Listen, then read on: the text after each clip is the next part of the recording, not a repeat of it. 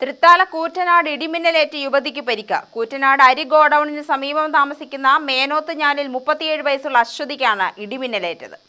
കുട്ടികളെ പഠിപ്പിക്കുന്നതിനിടെ പുസ്തകമെടുക്കാൻ മുറിക്കകത്തേക്ക് കടക്കുന്നതിനിടെയായിരുന്നു അതിശക്തമായ മിന്നലേറ്റത്. ശക്തമായ ചൂടിൽ കൈക്കാണ് പൊള്ളലേറ്റത്. അല്പസമയം ചലനശേഷി നഷ്ടമായ ഇവരെ ഉടൻ തന്നെ കൂറ്റനാട്ടെ സ്വകാര്യ ആശുപത്രിയിൽ പ്രവേശിപ്പിച്ചു. വീട്ടിലെ കുട്ടികളടക്കമുള്ള കുടുംബാംഗങ്ങൾ ഇടിമിന്നലിൽ നിന്നും അത്ഭുതകരമായി രക്ഷപ്പെട്ടു. കുട്ടികളെ പഠിപ്പിച്ചോണ്ടിരിക്കണ നേരത്ത് എല്ലാരും കട്ടിലുമ കയറ്റി ഇരുത്തി പഠിപ്പിച്ചോണ്ടിരിക്കണ നേരത്ത് പറഞ്ഞു ബുക്ക് എടുക്കട്ടെ വെച്ചിട്ട് അകത്തേക്ക് പോയതാ.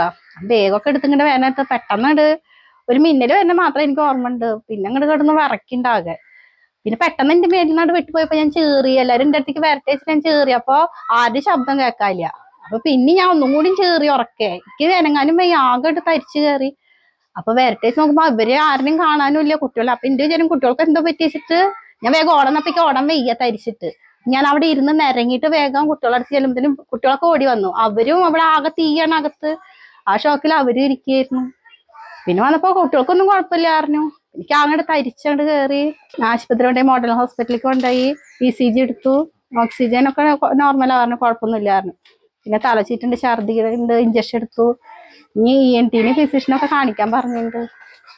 പിന്നെ സ്വിച്ച് ബോർഡും മെയിൻ സ്വിച്ചും ഒക്കെ പൊട്ടിത്തെറിച്ചു. ബാക്കിൽ ടാർപ്പായി കെട്ടിന ആകെ കത്തിയതായി. UTV news, Palakkad.